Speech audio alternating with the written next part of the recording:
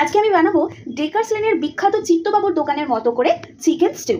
তার জন্য আমি এখানে নর্মাল কাটের চিকেন পিসেস নিয়েছি, তোমরা চাইলে আরেকটু বড় নিতে পারো।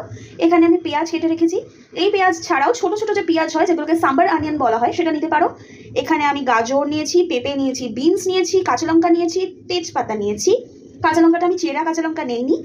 আর এর সাথে অ্যাড হয় আলু, যেটা আমি হেলদি অপশন হিসেবে বানাবো বলে স্কিপ করেছি। এখানে রয়েছে আদা রসুনের পেস্ট, আর এইটা হচ্ছে একটা স্পেশাল মশলা। এখানে আমি শামরিচ, গোলমরিচ, দারচিনি আর দুটো এলাচ ড্রাই রোস্ট করে রেখেছি, এটাকে গুঁড়ো করব। তাহলে চলো পরবর্তী স্টেপে এগোই। এখানে আমি 1 চামচ মতো ঘি দিয়েছি, এখানে তোমরা বাটার ইউজ করতে পারো।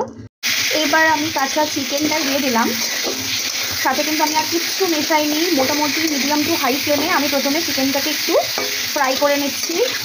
এবার দিয়ে দিলাম তেজপাতাটা, তারপর আমি দিয়ে দেবো পেঁয়াজটা এবং অন্যান্য সবজিগুলোও দিয়ে দেবো।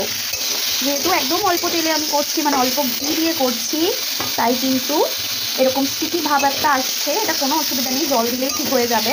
এবার পেঁয়াজ দিয়ে দেবো এবং সাথে অন্যান্য সবজিগুলোও কিন্তু আমি একসাথেই দিয়ে দেবো।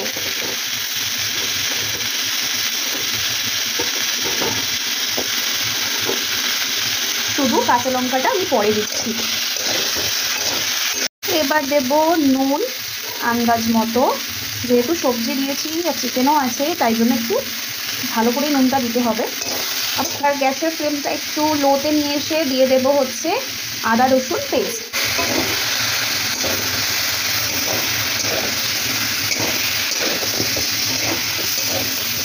বেশ খানিকটা আমি জল দিয়ে নিয়েছি। এবার এই কাঁচা লঙ্কাটা দিয়ে দেব আর ভালো করে এটা আমি মিক্স করে দিচ্ছি। আর এবার কিন্তু ফুটতে দিতে হবে যাতে চিকেনটা আর সবজিগুলো খুব ভালো করে সেদ্ধ হয়ে যায়। বিশেষ করে পেঁপে কিন্তু সেদ্ধ হতে একটু সময় লাগবে, তাই জন্য আমি টাইম নিয়ে এটাকে ফুটতে দেব। তারপর আমি অন্য জিনিসগুলো দেব। এখানে আমি 1 চামচ মতন কর্নফ্লাওয়ার আর দুধ মিশিয়ে নিয়েছি। এটাই কিন্তু স্টুয়ের স্বাদটা অনেক বেশি বাড়িয়ে দেবে। এটা যেহেতু নর্মাল স্যুপ নয় তাই জন্য এখানে দুধ ইউজ হচ্ছে, এটার জন্যই আসল স্বাদটা আসে। এই জিনিসটার কারণেই কিন্তু স্টিউটা এত ভালো খেতে হয় আর বেশ ক্রিমি একটা টেক্সচারও আসে। স্টিউটা ফুটছে, এই সময় আমি ওই গুঁড়ো করে রাখা মশলাটা দিয়ে দেব খানিকটা,